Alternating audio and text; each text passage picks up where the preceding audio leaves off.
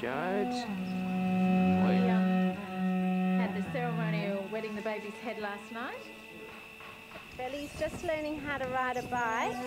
Watch where you're going, Belly. Look at where you're going. Set, go. Good girl, Belly. I used to ride to school, which was only about a 15-minute ride. And there was a massive gap where I didn't do a whole lot at all, and then bought myself a mountain bike to get around. And really the road bike started in 2008 when we returned from Vietnam, and I bought myself a road bike and decided to participate in a couple of the Tour Down Under rides. You know, I was up at 4:40 in the morning and out the door at 5:15. You know, as the sun's coming up, it's just unbelievably invigorating. You really do feel alive. I hadn't done anything of this scale before. In the distance we can see this massive hill and mountain that we've got to climb. We took off as a group heading up towards the top of the mountain. I knew it was going to be tough, but every time you turn a corner there is another hill right in front of you, and it's absolutely relentless. You feel like your heart is about to burst out of your chest, but there is your mate just ahead of you, powering up the hill, and there is no way that you're going to drop off his tail. The sunscreen from your forehead burning in your eyes. I try and somehow get some sort of, I don't know, divine intervention to help put some energy back into my legs.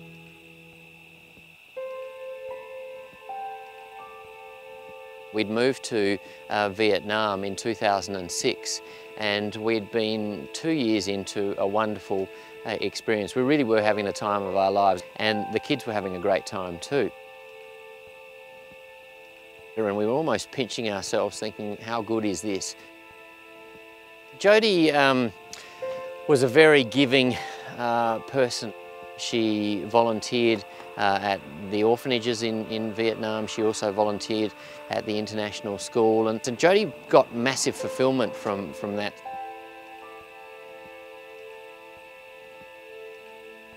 Jodie rang me on a Thursday night complaining of abdominal pain and some bloatings, that there was some sort of block in Jodie's bowel. And at 11 o'clock that night there was an ambulance at our house.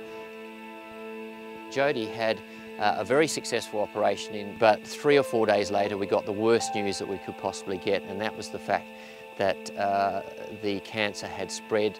We decided to take the kids away and sat them down and explained to them that their mum was going to die. This is Jack's birthday cake that Jack and Mummy made. We spent the next 2 years trying to change those odds, and nothing seemed to go our way, unfortunately. And in January 2010, Jodie passed away. The one thing that I miss the most about Jodie is, I guess, coming home and you know, talking to someone who will make you feel better. You know, you have a crap day at work, and you come home and there's someone who can put their arm around you and say, look, tomorrow's another day, and put things in a bit of perspective for you. So she was very good at doing that, and that's probably what I miss the most.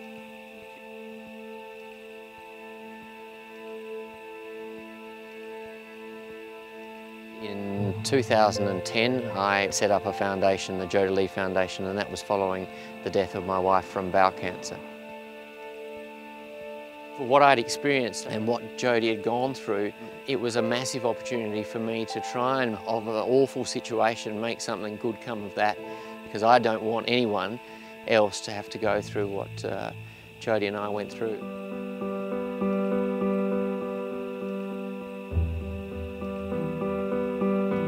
You just go and you go and you go.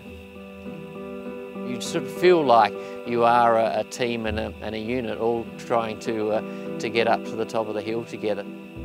I looked down on my rail of my bike, and there was a picture of Jodie, and the other guys had a picture of Jodie there as well for inspiration.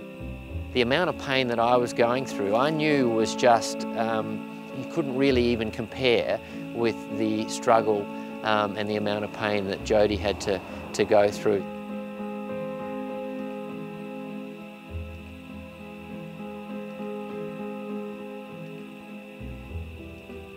No one's in it for themselves. They're all there to make sure that everybody gets across the line. It was just an incredible feeling of achievement at the top and just total exhaustion. The exhilaration from achieving that and getting out to the top of the hill is absolutely phenomenal.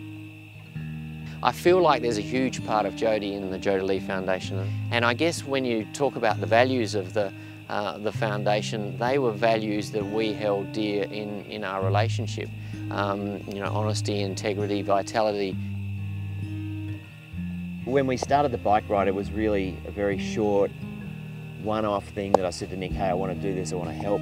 The little black dress now has sort of taken on almost a life of its own through bike rides, through marathons, through cocktail parties and those sorts of things. And that was sort of the thing that Jodie liked to do. You know, she liked to dress up, so that was her favourite outfit. So it was a good way to sort of bring her personality into the events and sort of make a very physical connection for people to sort of attach to. At the end of the day, there's just not nearly enough awareness around bowel cancer. So we are hell-bent on changing that. Everybody needs to be checked for bowel cancer from the age of 40. You know, if the ride saves one person, the marathon saves one person, the foundation, you know, can impact and change someone's life, then, you know, all the stuff that goes on is clearly worthwhile. No one's here for a gold medal or a pat on the back. They're doing it because they feel it's an important thing to do. It's really because we just want to help out our mate and help him do what he thinks is important and, you know, can save and impact other people's lives. I lost my wife, Jodie, a beautiful girl. 2 kids lost their mother. It didn't have to happen. Get screened early, it may just save your life. The important part for everybody on the ride is to understand that finishing the ride is not the end.